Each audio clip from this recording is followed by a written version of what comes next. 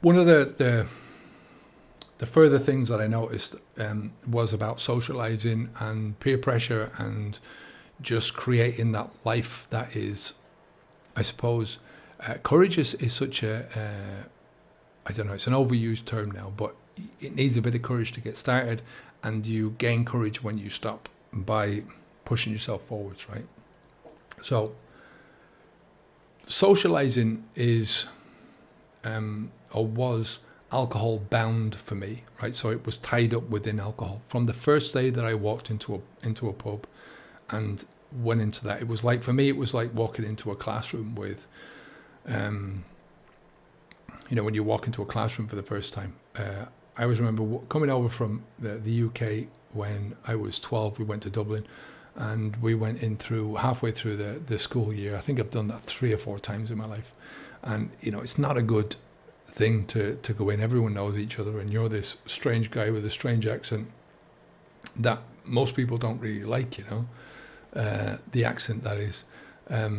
So that's what going into a pub felt like for me, except the other people in the class were a lot older than you, and they felt like, everyone knew what they were doing. So for me, it was a huge shyness, and that came out.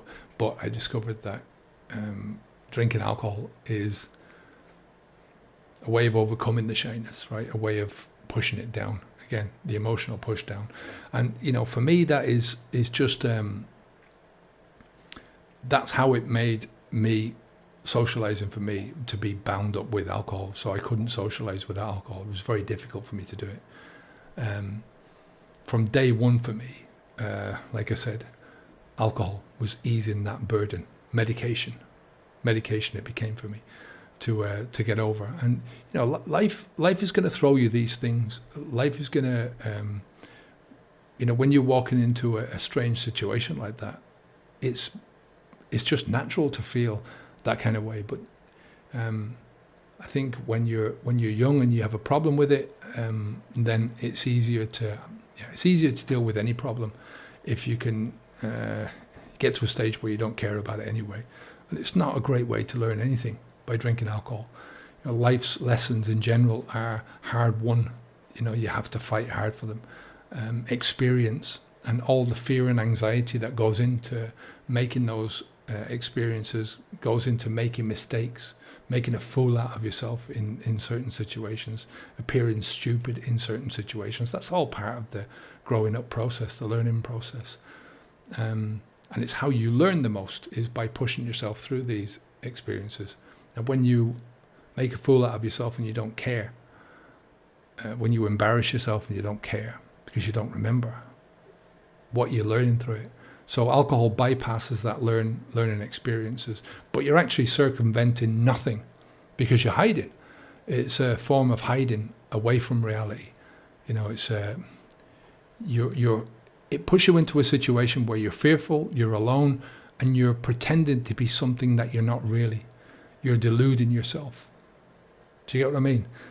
So, you're not only not learning anything, but you're putting yourself into this huge disadvantage because you're never becoming the person that you should become if you just went through normal life. So, alcohol is not a social drug that in the sense of, it's a social drug in the sense that it enables a lot of people to be in social situations, but it doesn't make you sociable. It detaches you from the crowd while you're within the crowd, right? It dumbs you down so you just don't give a shit, right? And it's not very sociable, is it? But in a normal pub atmosphere, everyone is in that same situation. The older guys that are there, they're more experienced and they're sitting there sipping away on their pints and stuff like that. But watch them towards the end of the night and they'll get exactly the same way. Liquid courage not only forces you to socialize in a stupor, you become much less capable of coherent communication. You hear everyone shouting at each other, because everyone's, instead of saying things that are inventive or intelligent, they're saying things which are stupid. And in order to get themselves heard, instead of saying things that are communicative, instead of saying things that the other person wants to hear, they just raise the volume. and they start shouting at each other, you don't see the small signals within yourself or within other people. When you're with other people and you're trying to communicate with other people, it's all about not just what they're saying, but it's about body language, it's about tonality, it's about watching the face and facial expressions and stuff like that. You miss all that when you're drunk, You miscommunicate all that as well in order to, when you're from your own end and from the other end coming backwards at you. So it just doesn't show the real you while you're drunk. It only communicates the drunken you, the druggy you, the drug user, the loser, the dumb person. That's all it communicates. Now, after you've stopped drinking alcohol, you become much more socially capable. Like I said, it takes a long time. When I stopped first, I had a big social anxiety when I quit, because I all of a sudden had to go into these places and into areas. And luckily, I've gone through a lot of life, so that helped me, and it didn't take me very long to understand, well, the alcohol wasn't really the thing that was giving me the courage, or it wasn't giving me the confidence of talking to other people. I could do that anyway. So I'd learned to do that in spite of the alcohol rather than anything else. You just gradually learn how to deal with it and then to thrive in those situations. You become much more willing to be in the moment, like I said, and to be with other people in the moment. You become much more willing to put yourself into a situation where you're not suffering fools gladly. I did before, like I said, I hung out with some very strange people. Or people, when I say that, I had some good friends who were my drinking buddies, but that's what they were. They were drinking buddies. They were people to share the time with while I was drinking and getting drunk. Now I remember much more about everything that's going on. Just the experience of life becomes much richer. It becomes much calmer. It becomes much more involved with other people and the situation that you're in, the moment that you're in, like I said. It becomes much more sociable. They always talk about alcohol in the perspective that it lowers inhibitions. That's what we're taught. But nobody teaches you that alcohol creates much of that inhibition in the first place.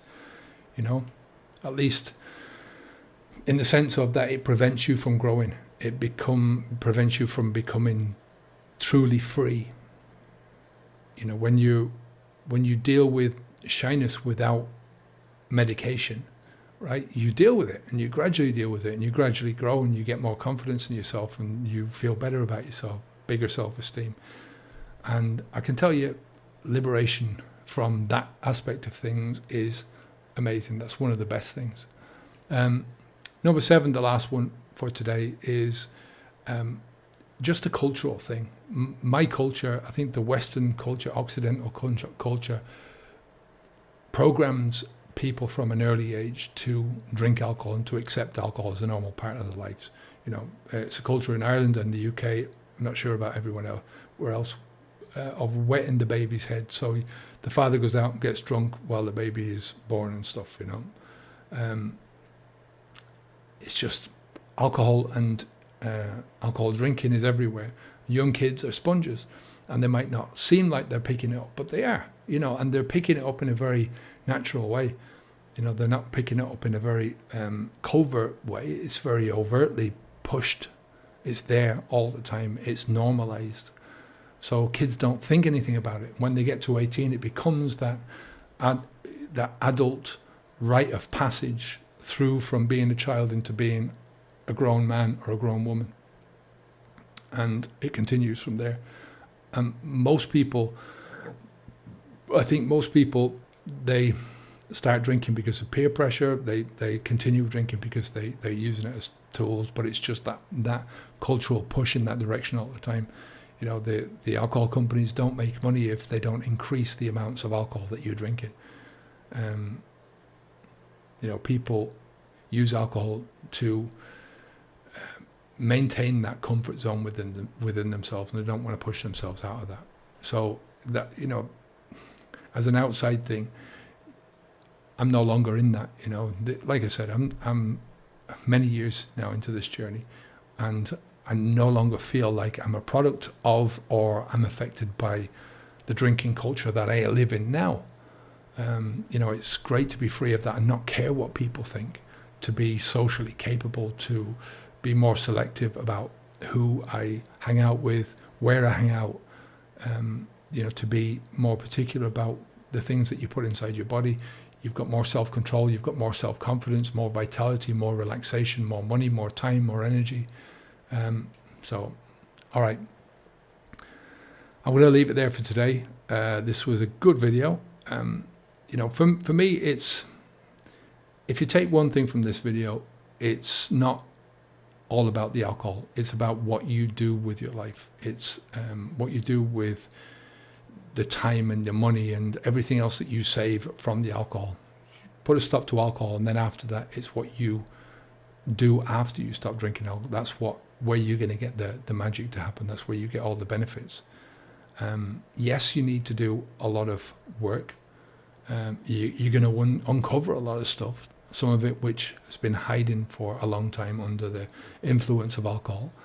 Some of it is good, some of it's bad, but once that fog lifts and your brain clears, you start seeing things from a very clear perspective. You put yourself in such a great position to start moving forwards, to start moving, as they say, onwards and upwards, and towards that best possible version of yourself. So, Kevin O'Hara for habitsv2.com. We help people to stop drinking alcohol and to get to that best possible version of themselves. Take care of yourself, and I'll speak to you again soon. Onwards and upwards.